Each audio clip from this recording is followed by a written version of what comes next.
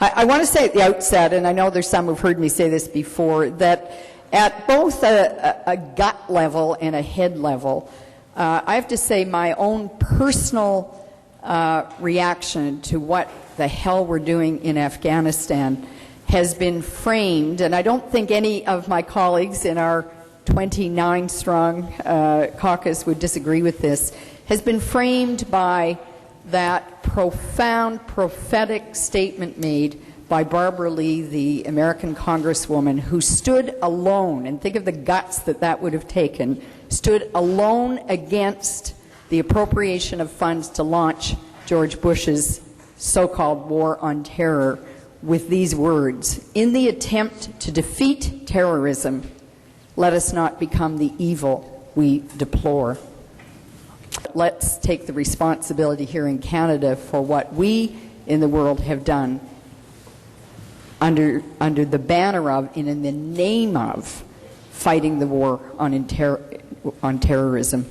Things that I think absolutely are in defiance of what any rational evidence-based analysis would lead us to do, and absolutely thumbing noses at the will that I believe is the will of the Canadian people.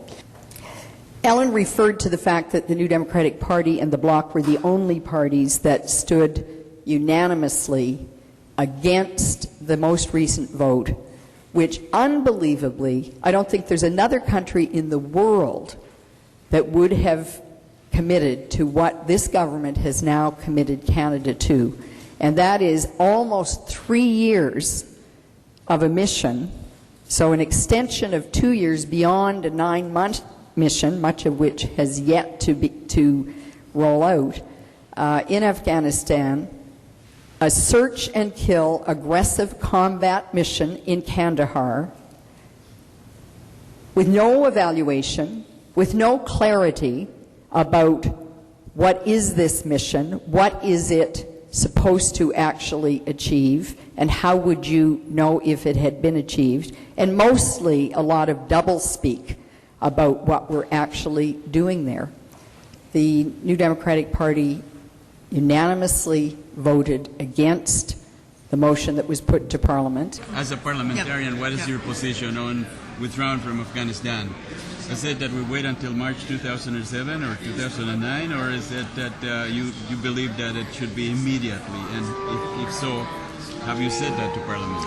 You see, the easy thing to say is do it immediately, but of course there are incredible ramifications for Canada's engagement with other countries that have to be dealt with in the disengagement, which I think should go ahead as quickly as possible.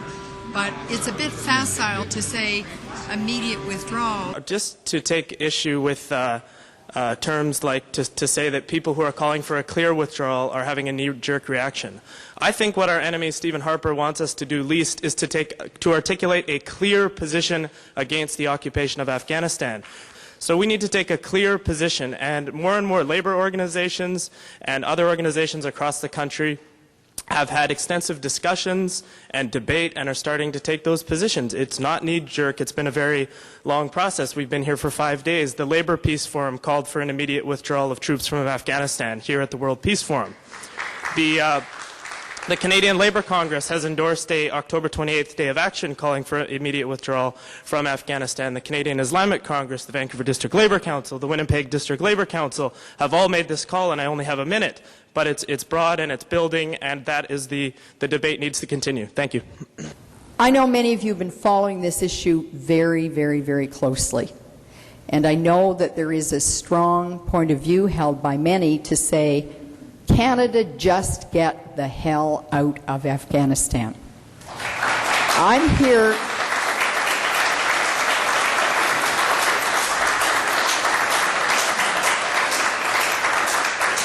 here to say, knowing that this will not be appreciated by many people, that I don't think Canada is acting on the basis of our values, that Canada is in any way acting responsibly if our position is Canada get out of Afghanistan, and what goes on in Afghanistan is their problem, not our problem. End of story.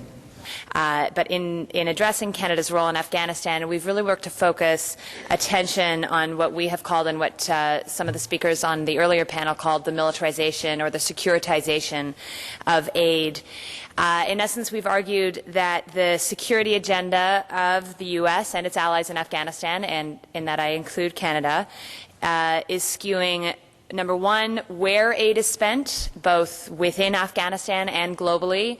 Number two, what aid is spent on. And number three, how aid is being delivered. These trends are problematic not only because they divert aid from its intended purposes of relieving suffering and eradicating poverty, but also because aid has become a powerful instrument to strengthen the military and public relations campaigns for the war, both within Canada and in Afghanistan on the ground. I believe that this critique of the aid component complements a larger critique of Canada's military involvement in Afghanistan. And I said when I came back, and I'm going to say it here again today, that I think the arguments for us having a role in Afghanistan, and that includes a military presence of a very different kind than what we have now, is even greater than it was before, because we have contributed to the horrors that are now continuing and escalating in Afghanistan. So we can talk about what that role should be, but even if you look simply at Canada's own professed foreign policy, and it's a policy put in place by the Liberals and carried on, at least rhetorically, by the Conservatives, it is that we should have a balanced and coherent 3D policy of diplomacy, development, and defense.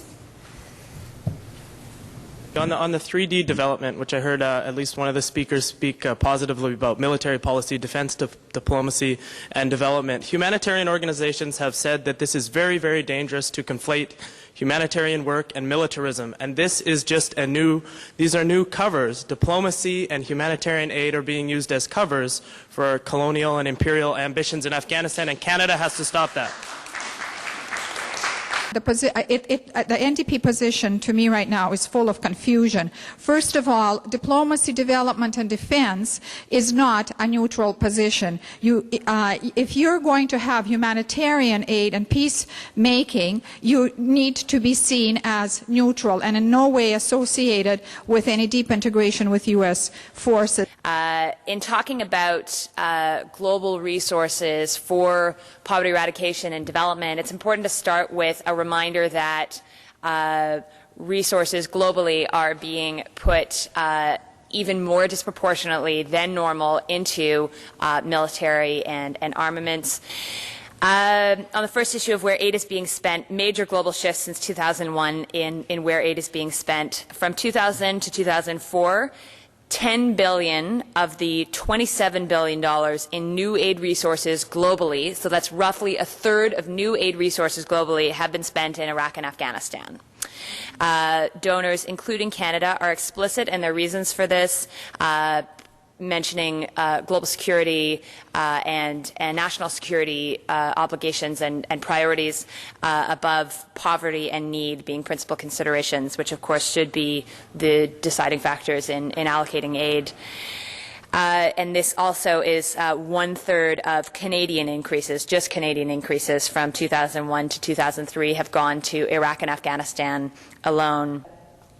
I think if you consult the many, many NGOs who have worked in Afghanistan and now have some kind of a very difficult role in Afghanistan, if you consult academics and policy analysts who are very knowledgeable about what's happening there and what can happen with Canada involved and what can happen with Canada not involved, the conclusions overwhelmingly are: get the troops out of the search and kill aggressive combat mission, but don't take Canada out of Afghanistan because we've got responsibilities. Finally, and perhaps most importantly, from the viewpoint of aid supporting the war effort, is the way aid is being spent in Afghanistan. Throughout the war, the delivery of aid by and in close coordination with coalition forces has put people at serious risk.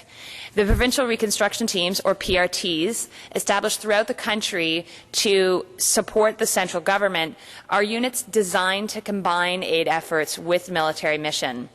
Each PRT is composed of personnel from official aid agencies like CEDA, and as well as military personnel and local government officials. And I should say that in Canada's PRT in Kandahar, we not only have officials from CEDA, but also from USAID and from the U.S. State Department.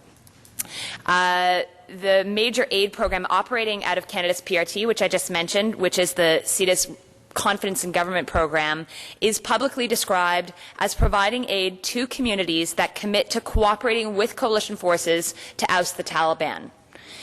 The idea is to weaken the Taliban by rewarding communities allying with the coalition forces. When aid strengthens the military objectives of one side in the war, aid becomes a weapon, and those who use it, both those who deliver it and those who receive it, become targets. By essentially recruiting communities to side with Canada in the war against the Taliban, we are involving these communities in the war, but we can't protect them. Even the governor of Kandahar recently stated that the military cannot protect these projects, cannot protect these communities from the security threats. If we systematically link the delivery of aid to the military offensive against al-Qaeda and the Taliban, we make targets of communities that benefit from that aid. And there are others in the room who are better experts than I are. I don't consider myself an expert on the Geneva Conventions, but this, in many views, is in violation of the spirit of the Geneva Conventions to deliver aid neutrally, and also in violation of the Geneva Conventions separation between combatant and non-combatant, and that in fact we're blurring the lines between who is a combatant in this war and who is not.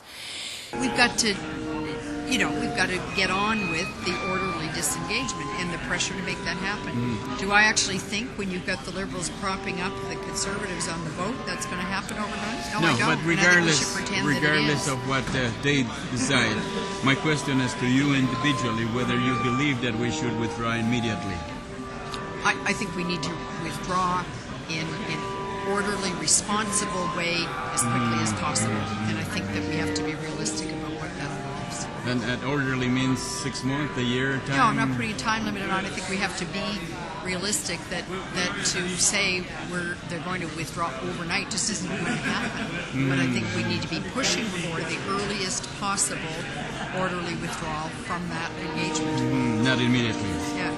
Well, I'm saying I think it's facile to say immediate because it's going to happen immediately. I mean, it just whether it happens or not is another issue. Yeah. The point is no, whether actually, you demand that. I think that our position needs to be based on a recognition that we shouldn't pretend something's going to happen that isn't feasible to do immediately. I think at the earliest possible date we need to get our troops out of there, and that's how we can support our What troops. Is the I also earliest think possible that date? it's problematic for people to be creating the impression that demanding that our troops be withdrawn is somehow not supporting our troops, because I think it's a completely tenable position to say support our troops and support them by bringing them home at the earliest possible date. And the earliest possible time is? As soon as is realistic for us to be able to do it. Roughly, I don't know the answer to that question. Do you?